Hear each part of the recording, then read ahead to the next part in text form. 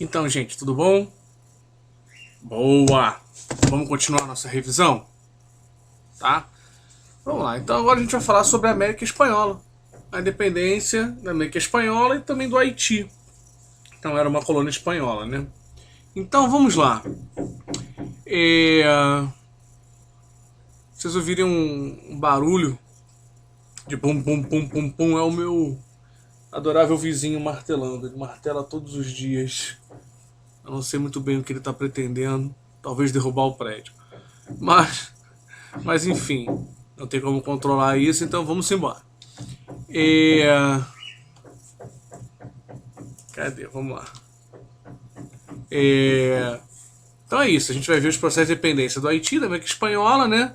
México e Cuba, então vamos lá devagarzinho. O Haiti, cara, ele se torna independente muito cedo, né?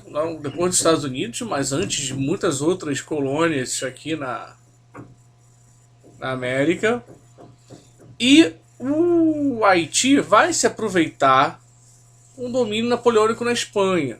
Tá? Na verdade não é bem na Espanha, na Europa, né? Escrevi Espanha aí, mas o Haiti não tem muito a ver com a Espanha. Né? É porque como as tropas francesas estão preocupadas, né, ou ocupadas, digamos assim, em expandir o Império Napoleônico e também, antes disso até, né, a gente tem a Revolução Francesa, que deixa a França lá ocupada com essa revolução e tudo mais, que tem mais a ver com o Haiti do que a própria invasão napoleônica, né? Eu devo ter aproveitado algum slide e não tirei isso daí. Mas com a Revolução Francesa, as atenções ficam voltadas para dentro da França. E depois vai ter o Império Napoleônico, enfim, toda coisa que se segue, que você já sabe. E aí, isso faz com que a população do Haiti, a população principalmente negra, né, comandada pelos negros, pelos escravos e tal, comece a se revoltar contra a dominação metropolitana e passe a querer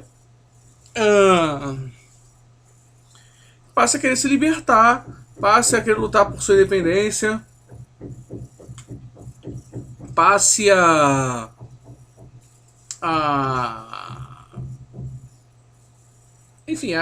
lutar por isso tudo. E eles conseguem a sua independência. Tá? Isso vai gerar um movimento, não é bem um movimento, é um sentimento, por toda a América.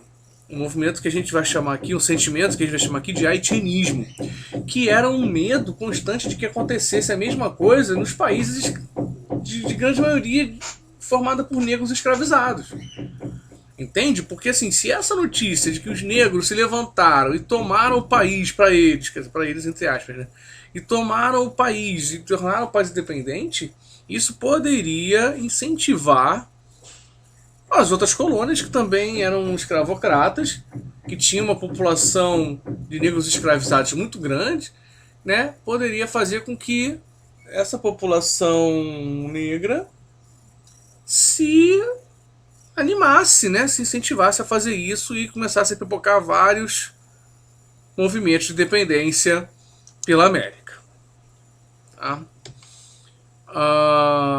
E aí é óbvio que ninguém queria isso, né? Os proprietários de terras, os proprietários de escravos, não queriam perder o seu status, né? Bom, agora a independência da América do Sul, aí sim, tá? Esses antecedentes servem tanto para a América do Sul como para toda a América Espanhola. Você tem a Espanha perdendo o controle, né, por conta da invasão, agora sim, da invasão napoleônica no seu território. Então se perde um pouco do controle da metrópole sobre as colônias. Para tentar não perder esse controle, você passa a aumentar impostos, né? Começa a mandar gente para cá, os crioulos que são aqui da terra, não aqui das colônias, não tem acesso a cargos importantes, a cargos políticos, isso está gerando uma insatisfação que vai basicamente isso que vai fazer com que as colônias porque a colônia espanhola, né, se divide em vários países nas mãos desses crioulos para que eles possam é, ter uma maior participação, um maior poder, né, nesses vários países que vão se formar. E aí a gente tem um principal movimento aqui dos dois, os libertadores da América, o Bolívar e o San Martín, né? O Bolívar vem lá de cima da América do Sul descendo, então ele vem libertando Venezuela, Colômbia, Equador, Bolívia e chega ao Peru, onde ele encontra o San Martín, que está vindo de baixo, libertando a Argentina, Chile e chega no Peru, onde os dois se encontram e, enfim, promovem a independência da América do Sul, da grande maioria da América do Sul, tá? O Bolívar tinha um ideal de formar um grande país, a Gran Colômbia, né, que ia unir o país para formar um país forte, mais ou menos como o Brasil, digamos assim, né? Ia formar um grande país que teria mais recursos, mais possibilidades de desenvolvimento, que teria mais poderio, mais voz, entendeu? Então ele queria isso, mas no Congresso do Panamá isso não é aceito e os países continuam separados em vários países, Venezuela, Colômbia, Equador, Bolívia, Peru, tal. Até porque cada um desses tinha lá, né, o seu grupo de poder, certo? Que tinha seu grupo de poder que não queria largar esse poder, né? Então era complicado. Bom, não aceitaram. Vamos para a próxima aí. No México a mesma coisa, tá? Os crioulos foram preteridos, ou seja, não foram, né, não ocupavam, não era permitido a eles ocupar cargos importantes na administração colonial, só que eles lembro, né, eles eram filhos de espanhóis nascidos aqui, então eles achavam que tinham uma coisa mais importante, né, deveriam ter uma participação mais importante, um papel mais importante na condução da colônia. Além disso, tinha uma insatisfação da população, digamos assim, entre aspas, normal, né, sem os privilégios que os crioulos tinham, muito embora, né, ainda tivessem essas restrições, eles tinham muitos privilégios. Então, os indígenas e os mestiços tinham muitas obrigações, tinham que pagar muitos impostos e não tinham um retorno, não tinham um reconhecimento que deveriam ter, né? Então os crioulos vão aproveitar isso e vão liderar, né, a população, os indígenas e os mestiços insatisfeitos todos rumo à independência do México, em que o Agustín Iturbide acaba um dos líderes desse movimento, se proclama imperador em 1821 e 3 anos depois não tem mais imperador e o México se torna uma república. É proclamada república no México. Certo? Para finalizar, a gente tem a independência de Cuba. Cuba era uma grande produtora de açúcar, né? Era um país que tinha uma produção muito, muito forte, participava muito ativamente desse comércio. E os proprietários de terra passaram a exigir uma participação maior, né, mais condições de lucrar mais e tudo mais. E vão se levantar contra as forças espanholas. E vão perder. Tá? Não vão conseguir fazer independência nesse momento. Mas a insatisfação da população começa a aumentar. Vários outros setores, além dos proprietários de terra, passam a integrar esse movimento também. Passam a aderir.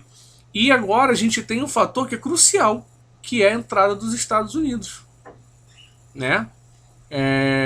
Com a guerra hispano-americana, né? Você vai ter ali a guerra entre espanhóis aqui e americanos.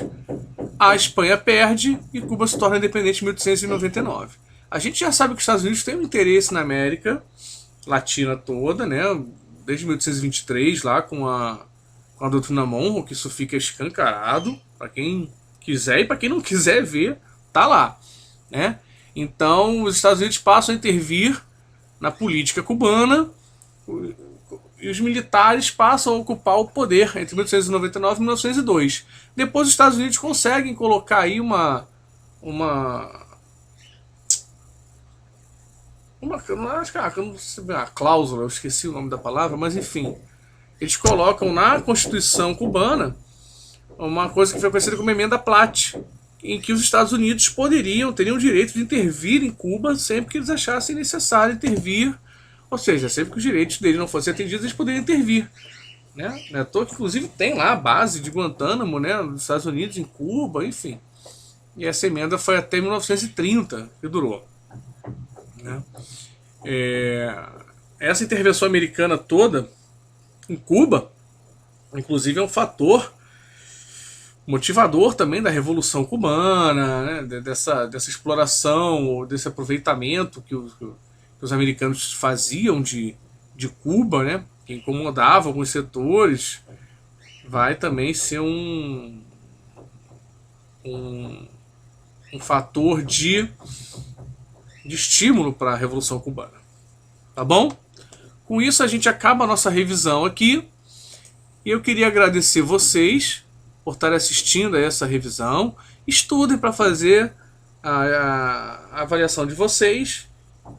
Tá certo? E, no mais, a gente vai se vendo e um grande abraço.